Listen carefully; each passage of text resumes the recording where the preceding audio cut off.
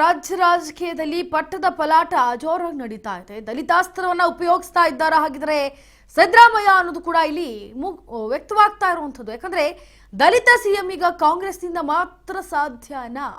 ಸಿದ್ದು ಬಾಣ ಈಗ ರಾಜ್ಯ ರಾಜಕೀಯದಲ್ಲಿ ಯಾವ ರೀತಿಯಾಗಿ ಮುಂದುವರಿತಾ ಇದೆ ಅನ್ನೋದನ್ನ ಗಮನಿಸಬೇಕಾಗತ್ತೆ.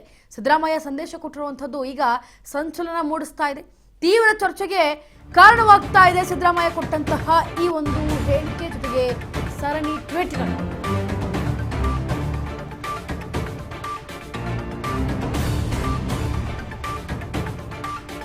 ರಾಜ್ಯ ರಾಜಕೀಯದಲ್ಲಿ ಸಿದ್ದರಾಮಯ್ಯ ಸಂದೇಶ ಸಂಚಲನ ಮೂಡಿಸ್ತಾ ಇದೆ. ಈಗ ತೀವ್ರ ಚರ್ಚೆ ಹುಟ್ಟು ಹಾಕಿದಂತಹ ಸಿಎಂ ಸಿದ್ದರಾಮಯ್ಯ ಸರಣಿ ಟ್ವೀಟ್ಗಳು. ಏನು ಪಟ್ಟದಾಟದಲ್ಲಿ ದಲಿತಾಸ್ತ್ರವನ್ನ ಉಪಯೋಗಿಸ್ತಾ ಇದ್ದಾರೆ ಸಿದ್ದರಾಮಯ್ಯ. ಈ ದಲಿತ ಸಿಎಂ ಅನ್ನೋದನ್ನ ಇಟ್ಕೊಂಡು ಕಾಂಗ್ರೆಸ್ನಿಂದ ಮಾತ್ರ ಸಾಧ್ಯ ಆಗುತ್ತೆ ಅನ್ನೋದನ್ನ ಇಟ್ಕೊಂಡು ಸಿದ್ದು ಬಾಣವನ್ನ ಬಿಡ್ತಾ ಇರೋದು.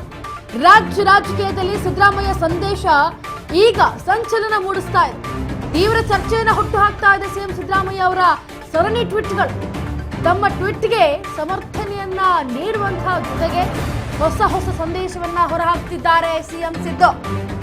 ಎಚ್ಡಿಗೆ ತಿರುಗೇಟನ್ನ ನೀಡ್ತಲೇ ಸಿಎಂ ಸಿದ್ದರಾಮಯ್ಯ ದಲಿತರ ಪರವಾಗಿ ದಾಳವನ್ನ ಉರುಳಿಸ್ತಾ ಇದ್ದಾರಾ ಅಂತ.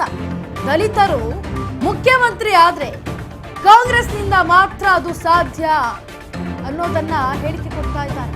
ಅಂದ್ರೆ ದಲಿತರಲ್ಲಿ ಮನವೊಲಿಕೆ ಮಾಡುವಂತಹ ಕೆಲಸಕ್ಕೆ ಮುಂದಾಗ್ತಾ ಇದ್ದಾರೆ ಸಿಎಂ ಸಿದ್ದರಾಮಯ್ಯ. ಬಿಜೆಪಿ ಜೆಡಿಎಸ್ನವರನ್ನ ದಲಿತರು ಅನ್ನುವಂತಹ ಸಿಎಂ ಏನ್ ಮಾಡ್ತಾರೆ ಹಾಗಿದ್ರೆ?